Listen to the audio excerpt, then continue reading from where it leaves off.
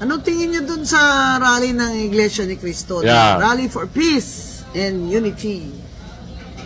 Oh, wag ismulin ha. 1.7 something million. Yeah. Yung estimate doon. At nakita ko doon sa post ng isang friend from the top ng kanyang condo, nakikita niya yung nakirali doon sa Quirino Grandstand na punong-puno.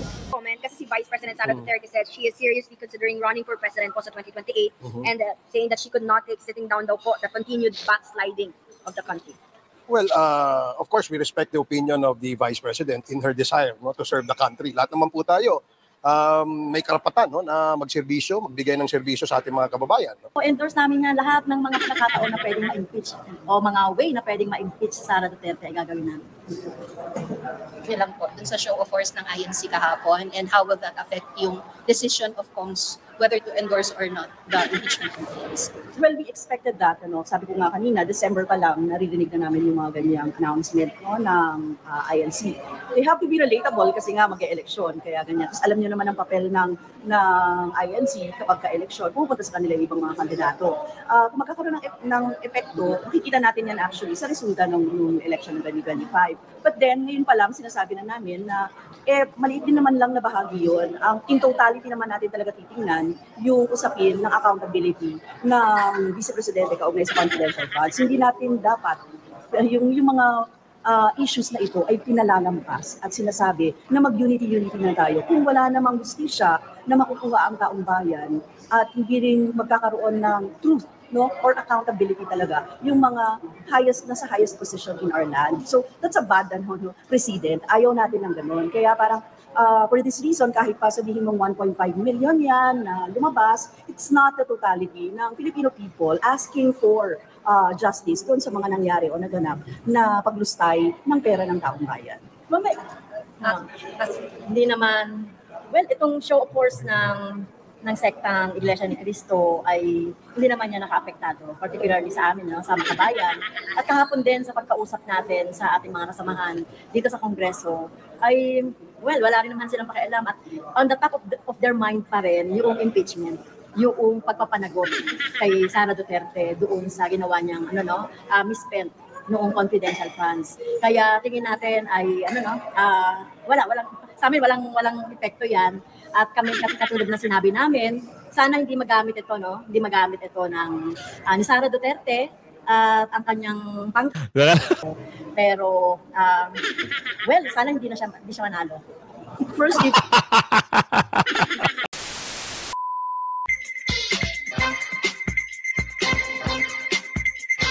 Yes. Magandang hapon muli sa ating mga kasama. Ito na naman si Kuya Goods nagbabalik. At syempre, kung hindi ka pa nakasubscribe sa ating channel, pa-subscribe na lang po at hit mo na rin yung bell para lagi kang updated sa ating mga video. Nakakainis, ha? Gigigil ako. Nakikita nyo ba yan? Nagsasagawa ng mga... ngayon, ha? Araw ng Huwebes sa Age of Wine. Nanood ako ng live. Anak ng Tipaklong. Doon sa loob ng simbahan, kasama yung mga parikoy. Kahit gigil na gigil, ha? Okay lang sa mga parikoy. Pero wag na natin intindihin yan. Ito intindihin natin, yung baho niya. Kung sino nagsabi nito, si Robin. Bakit may baho? Talaga naman maraming baho. At ito, nilabas ng... Kung sino mababanggit dito, talaga naman. Sigurado for sure, yung baho mo mula doon, noon pa, ay lalabas at mauungkat. Ito, pasok mo, Robin, ha? Pero bago natin simulan na ating talakayan at reaksyon, isang like, isang share, o gusto po tayo dyan, kaya like nyo yung video. At mukhang hindi nyo sinubaybayan yung channel natin, yung video natin kanina, mga kasama. Parang matamlay ata kayo kanina, ha? Anong araw pa lang ho ngayon? Ito na, simulan natin, ha? Panoorin nyo yung upload natin kanina umaga. At ito, ha? Si boss naman, mukhang mahina na ako sa inyo, boss, ha? Ito, pasok! halos manggalaiti sa galit si dating Senator Leila de Lima nang kanyang malaman na sinuportahan ng Iglesia ni Cristo ang statement ni BBM na hindi sila pumapayag na ma-impeach si Vice President Sara. Hindi ito matanggap ni Leila de Lima, kaya't ang Iglesia ni Cristo ay minaliit ni Leila de Lima. Tinawag niyang minority ang buong Iglesia ni Cristo. Kakaunti lamang daw. Talaga lang ha, minority pala. Halos yumuko ka na at mabali na ang leeg mo nang ikaw ay manligaw noon sa Iglesia ni Cristo. Yan! Eto na, isang baho mo. Dati, pabaw-baw ka pa, nung ikaw ay nanliligaw at humihingi ng suporta. Ngayon, ano sabi mo? Walang bilang? Wow! Kwento nyo yan sa mga kaibigan nyo unggoy. Baka maniwala pa sa inyo. Hindi nyo ba alam, kayo mga naging politiko, halos magka-palipit-palipit ang leeg nyo para lang makahingi ng suporta dito sa religious group na ito. Ngayon, nung nakita mo at sinuportahan ito, ang pahayag, Nino, ng dalawang leader, yung nakaupo ngayon at yung pangalawang pangulo, sinuportahan. Ano ba ang suporta ng INC? Diba? Ang kapayapaan. Sinuportahan lang nila yung nakaupo ngayon. Diba? Ayaw nung nakaupo ngayon ng impeachment. Tapos, ayaw rin ng INC na may impeach si BP Sara. Ikaw ngayon, ano? Sa bagay, wala ka naman bilang. Wala kang kakwenta-kwenta, sabi ni Aling Dolores. Hayaan mo na yan, Kuya Goods. Hayaan mo na yan, Baka ma-stroke pa yan, sabi nila. Natin Dolores naman, masyado ka naman. O, tuloy. Baka naman natatandaan mo pa ito, Leila de Lima. Yan. Iyan ang minority na iniinsulto at hinahamak mo ngayon. Yukong-yuko ka sa harap ng namamahala ng Iglesia ni Cristo na iyong nilalait. Oo, Iglesia ni Cristo doesn't deny that until this moment, we are a minority church. Pero kami yung minority na halos maglumuhod ka sa paghingi ng suporta sa Iglesia ni Cristo. Tingnan mo, napakamapagkumbaba ng pamamahala. Sa kabila ng ginawa mo laban sa Iglesia ni Cristo ay buong giliw at kababaang loob kung ina-accommodate ng pamamahala sa aming tanggapan. Tapos aata-atake ka. Dahil kasalungat ng iyong interes ang layunin ng Iglesia ni Cristo sa pagsagawa ng rally. Ang kami manawagan ng kapayapaan, tapos kayo naman ang gusto babahagi at kaguluhan dahil sa mga personal na ambisyon at interes. Totoo naman. Ito pa ang sabi ng Proud INC Worldwide. Minorya lang kayo. Wala naman kaming sinabi na kaming mga Iglesia ni Cristo ay nasa hanay ng mayorya. Katunayan, kahit pa kami ay nasa minorya, subalit ang aming pagkakaisa ay hindi matatawaran ni mapapantayan ng sino man sa lahat ng mga nakatatag ng mga organisasyon dito sa lupa. Kung mali ako, sige nga, subukan ninyong mag-organisa at manawagan ng isang pagtitipon na kagaya ng ginawa ng Iglesia ni Cristo. Kung ito ba'y mapapantayan, ni mauungusan ninyo sa dami at magkagayon ay kami naman ang hahatol. Kung totoo bang kayo nga'y nasa mayorya? Wala. Kung kami wala ay ho nasa mapapala. mayorya, ano naman ba't kayo'y apektado? Ba't ang mga politiko pagdating na halalan o kampanya ay lumalapit sa amin? Minorya lang naman pala kami. Inggit lang kayo, Leila de Lima, sa mga kapatiran sa Iglesia ni Cristo. Dahil hindi ninyo kayang tapatan ang pagkakaisa namin. Ngayon, kung may galit kayo... Ito, interrupt ko lang may papakita lang ako. Baka kasi, hindi kaya talagang tapatan Ito na lang Ito ay nangyayari ngayon. Baka sabihin kasi nila, kaya nilang tapatan at napakarami. Ito, panoorin nyo mga kasama. Yan ho, yung kaganapan. Yan ho, yung umaten. Ewan ko ba? Napakarami pala saan yan? Saan yan? Yung mga pare ko yun. Di ba yung usapan ngayon yung balita ngayon, magkakaroon sila ng mga, tignan nyo, ay lalakihan ko ho tignan nyo. Tignan nyo kung ilang piraso. Live ho yan. Kinover lang natin. Ayan ho yung pinagmamalaki nila. Anak ng tipaklong naman. ROD. Maganda sa maganda. Huwag na natin ipagpatuloy yan. Dahil nakakawalang gana. Yan ba ang pinagmamalaki nyo? Mas maganda Chikadora, ituloy mo yung kwento mo para okay sa okay. At nakita na lang ating kababayan kung ilang piraso lang yung umatin sa kanilang mga pinagbababanggit. O sama ng loob dahil nagkakaisa kami, problema nyo na yon. Kaya nga habang maaga pa lang ngayong 2025 ay maaga nang sinisiraan si Vice President Sara. Yung pinakita ko yung video, live ho yun. Naka-cover ako sa isang nagko-cover sa kanilang ginagawang rally. Kita nyo naman, wala ho sa, naku po. Tapos sasabihin magaling at marami. Ay nako, tigil nyo na ho yan, tigil nyo na. Alam na ng taong bayan lahat ng mga kabulukan. Mas maganda, sino ang nagsabi na itigil nyo na? Eto, sinuportahan pa nga nino. Ng Pangulo. Sino ka po ngayon? At siyempre, sinuportahan din niya, nino? Eto, makikita nyo kung sino rin nagsalita rito. Si Atty. Guanzon. Huwag nyo hong sasabihin na konti, Meron nagsasabi kasi na konti daw yung umatin sa peaceful rally. 1.7. Yung pinakita natin sa inyo kanina, naku po, baka nga wala ho kayong 50 million Ito, pakita natin kung ano yung pahayag ni Atty. Guanzon. Anong tingin niyo dun sa rally ng Iglesia ni Cristo? Yeah. Rally for Peace and Unity.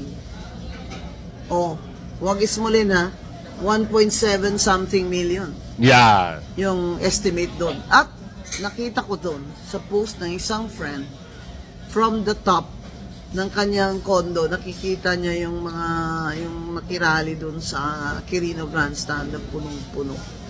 So, hindi yun fake news. At, of course, marami ding galing sa provinces kasi may mga bus na galing sa mga Pampanga, alam mo na, Bulacan. At nationwide, meron pa sa Bacolod, Cebu, mga ganun. So, hindi fake news. In Manila alone, 1.7 something million ang iglesia at kanilang allies. Remember, allies, di ba? Sino ang kanilang mga allies? Sino yung mga politiko sa, for example, Manila, di ba? Kasi ang venue Manila So, andun si Mayor Lacuna, andun si Isko Moreno, yung mga allies nila. But what does it mean, no? It means that the supporters of Sara Duterte and former President Duterte, led by the Iglesia, can muster 1.7 million. And stay for one day. Sampal ito doon sa nagsasabing, interrupt mo muna natin si Atty. Guanzon. Sampal ito doon sa nagsasabing, mahina na raw ang mga Duterte. Anak ng tipaklong naman kayo. Baka hindi nyo lang matanggap talaga na sinuportahan talaga ng taong bayan itong si BP Sara at ang dating Pangulo.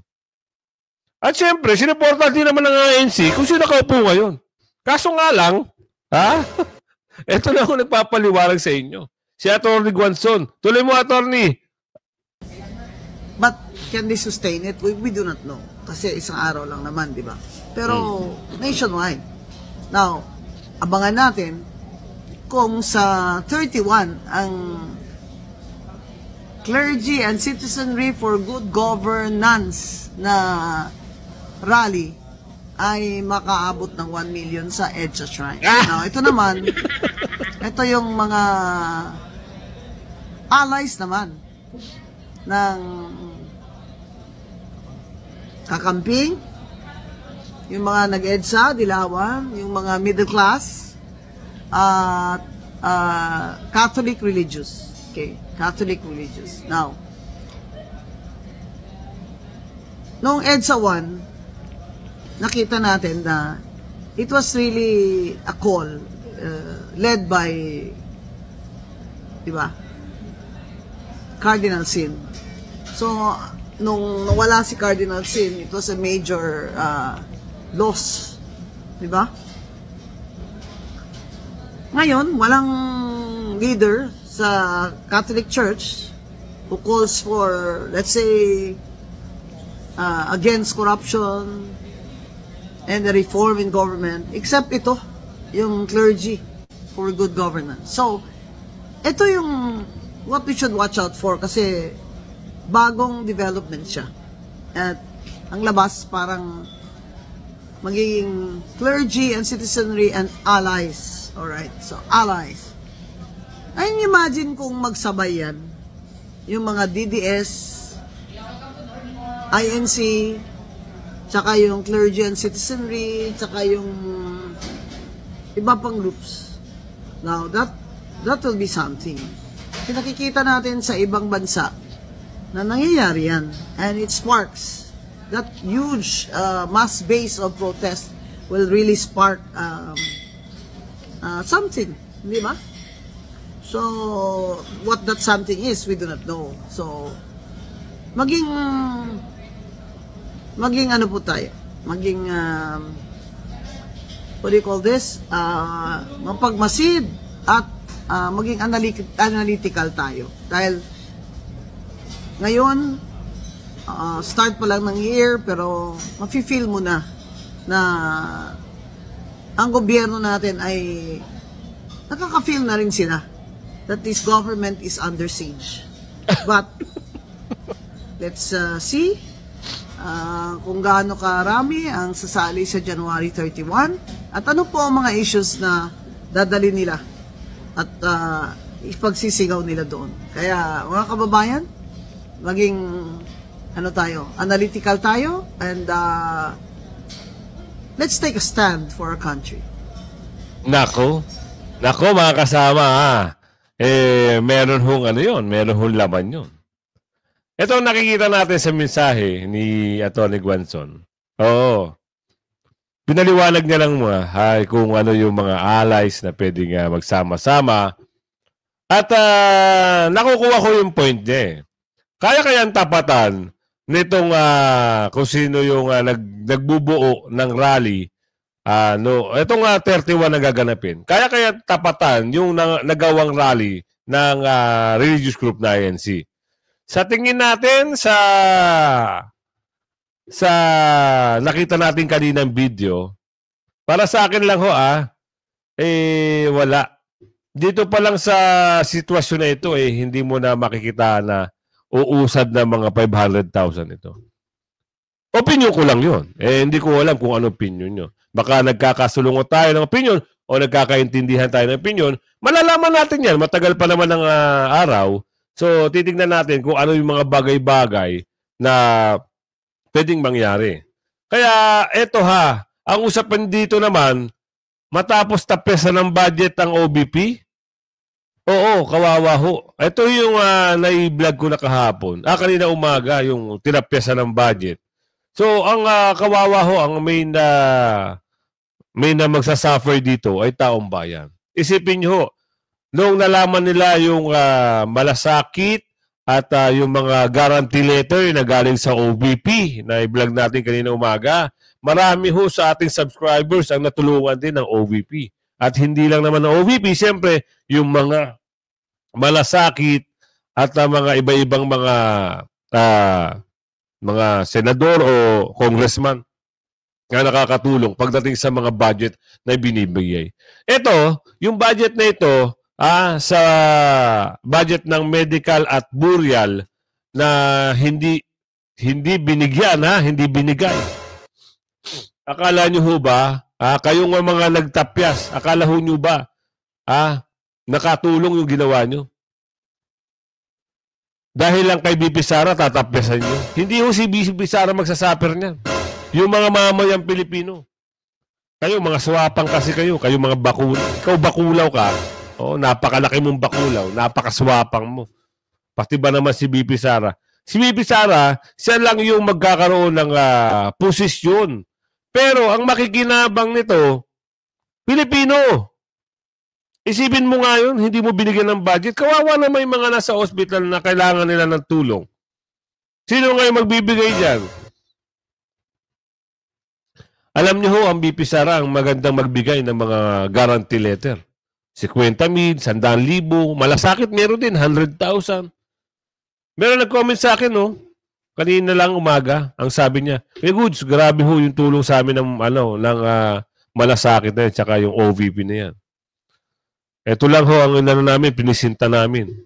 Ganito lang, nagbigay sila ng guarantee letter. Malaking bagay. Tapos Diyos mio, Marimar.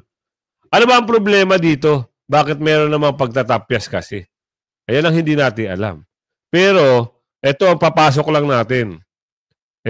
Kayo na ho ang humusga kung sino yung magbabanggit at magsasalita dito. Ano ho ba ang kwento rito? Alamin natin. Kaya nga manood kayo, tapusin nyo hanggang dulo ng ating video para ano yung usapan dito. Ito, ipasok mo. Comment kasi si Vice President Sara Duterte said she is seriously considering running for president po sa 2028 and saying that she could not take sitting down daw po the continued backsliding of the country. Well, of course, we respect the opinion of the Vice President in her desire to serve the country. Lahat naman po tayo may karapatan na magserbisyo, magbigay ng serbisyo sa ating mga kababayan. Doon naman sa punto na nagba-backslide, I think this has also to be substantiated by data and proof, kasi to be fair, tingnan muna natin kung ano yung mga basihan ng ating statements, especially kapag tungkol ito sa performance ng ating gobyerno. Sir, sa Quadcom update, ano na pala si Giraldo?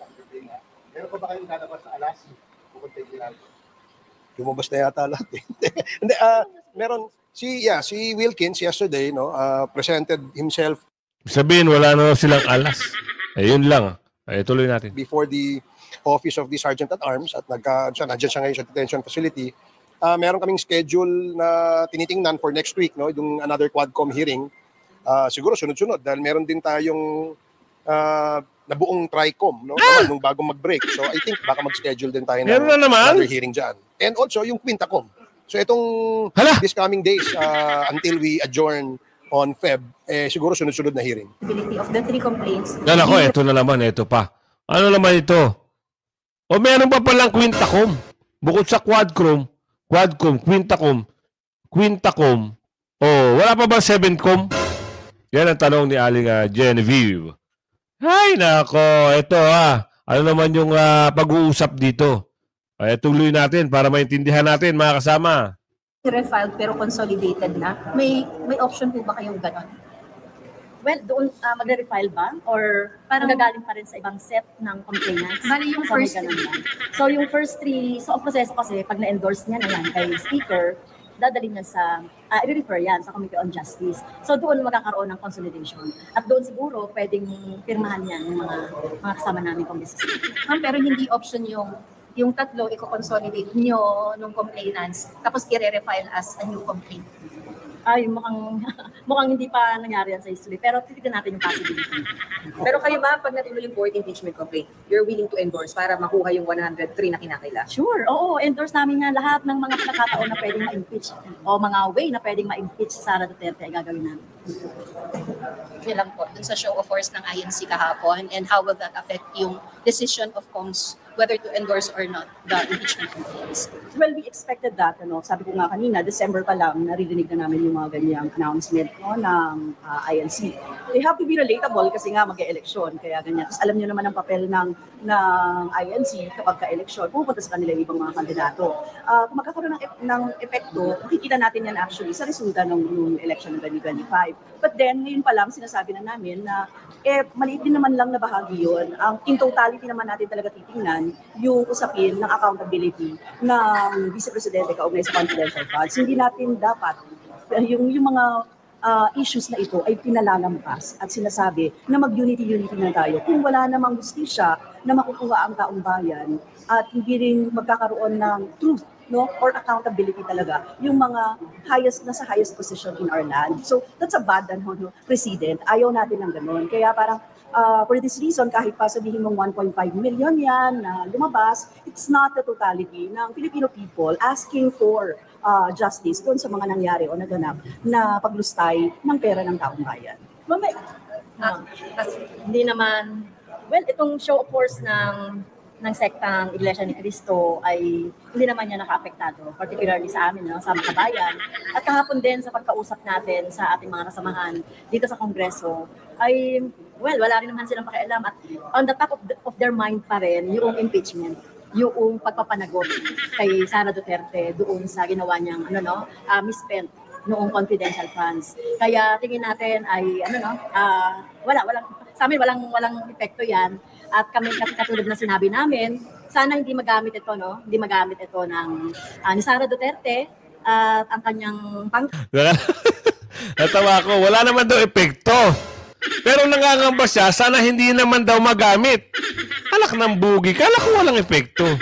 At ito ho ito lang ipatunay na talaga namang ay akala mo binabaliwala ng mga ibang kongresista? Nako po, bakit ang tagal nila magsipirma? Akala nga namin pagbalik ng session sa Kamara, simula na. Hanggang ngayon wala nagpaparamdam na magsisipirma. Kahit yung si SC, nagtataka rin. At naghihintay pa raw di umano ng ibang mga pipirma. Nangangalap pa daw di umano. Umuusad na kaya? Yan ang tanong ni Aling Jovelyn. Umuusad na kaya? Meron na nagpipirma. At wala raw bilang itong mga religious group na ito para sa kanila. Ayun ang sabi sa video. Tayo nag-reaction lang. Tuloy pa natin. Mga nagsalita na sila, nagpapasalamat sa Iglesia ni Cristo sa ginawang na tingin natin ay talagang naging shield lang. Kaya walang epekto yan. Tingin ko doon sa ating mga kasamahan dito. Tuloy pa rin ang laban natin sa impeachment. Ma'am, yung sabi ni Sara na tatakbo siya sa 20. Well, gano'n naman ang mga Duterte, no? Sabihin nila tatakbo, tapos hindi. Pero mukhang nagpalakas ng loob sa kanya. No? Ngayon niya sinasabi yan, yung mukhang itong mga kilos ng Iglesia ni Cristo. Pero, well, sana hindi siya manalo. First,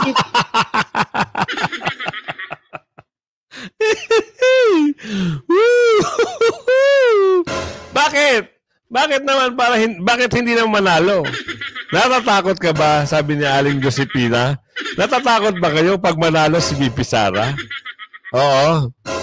Anak ng bugi naman. Bakit may ganon?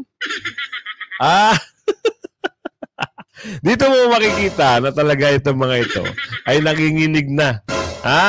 Nakakaramdam na sila sa 1.7 sa Maynila pa lang. Doon sa 10 venue, siguro umabot sa mga 3 milyon, mahigit o 5 milyon. Wala pa ho doon yung mga nagboboto nasa paaralan, yung iba yung mga nasa trabaho, wala pa ho doon yung mga kababayan natin abroad. Wala pa ho doon. Kaya nakakatawa itong mga ito. Bahala sila. Doon sa sinabi ni kung sino ko po ngayon na ayaw niya, hindi niya sinusuportahan yung mga ganyang gawain, yung pagsusulong na impeachment sa VP Sara. Di ba? Yun lang naman ang kagustuhan ng Iglesia ni Cristo. Ayaw nila ng mga ganito. Bakit kayo ang kukulit niyo? Sabi ni Ate Lourdes. Ang kukulit niyo talaga. Ang sasarap niyo. Tuloy. She will be impeached? No, she cannot run. Diba? Kapag na-impeach siya, hindi siya makakatakbo. Kasi perpetual yun na hindi ka makakatakbo sa posisyon. Tapos, second, kung meron siyang haharaping mga kaso, kailangan harapin niya muna yun. At sa dami ng mga nangyari na naganap ng nakaraan, I'm sure meron talagang mga cases na ma-file sa kanya. Kasi yun na rin naman yung resolution as of last time. Kung narinig ninyo sa iba't ibang mga pagdinig, isa yon sa mga iniisip. So, it won't be a smooth, katulad ng iniisip na siguro na ang 2028 ay for her. Malakas lang ang loob niya kasi meron siyang mga ganito na ginagawa ngayon. Pero in fact, sa totoo lang, wala na. Hindi na rin yung tatalab doon sa mga tao na nakakita ng katotohanan ng mga nakaraan. Wow! Talaga ba? Nako po, Diyos mio, Marimar. Oo, kahit kitang-kita na nila yung suporta ng INC. Kahit si Atty. Guanzon ay nagsalita na rin. Oo, at yung mga mamamayang Pilipino ay suportado na rin si BP Sara. Itong mga ito, talagang ayaw pa rin nila talagang tanggapin. Bakit? Kasi nga, alam nyo na, pag ikot ng gulong, sigurado. Yan ang nakikita ng ating kababayan. Ano po ba ang binabanggit? Ayaw natin ng kaguluhan. Ayaw natin ng ma-impeach si BP Sara. Pero, ang kukulit ng mga kaliwat, taga-bundok ito ang mga left right, ang titigas ng ulo nila. Ayaw pa rin nila talagang magsitigil. Oo, iba't ibang leader na nga ang sumasang-ayon eh. Oh, di ba?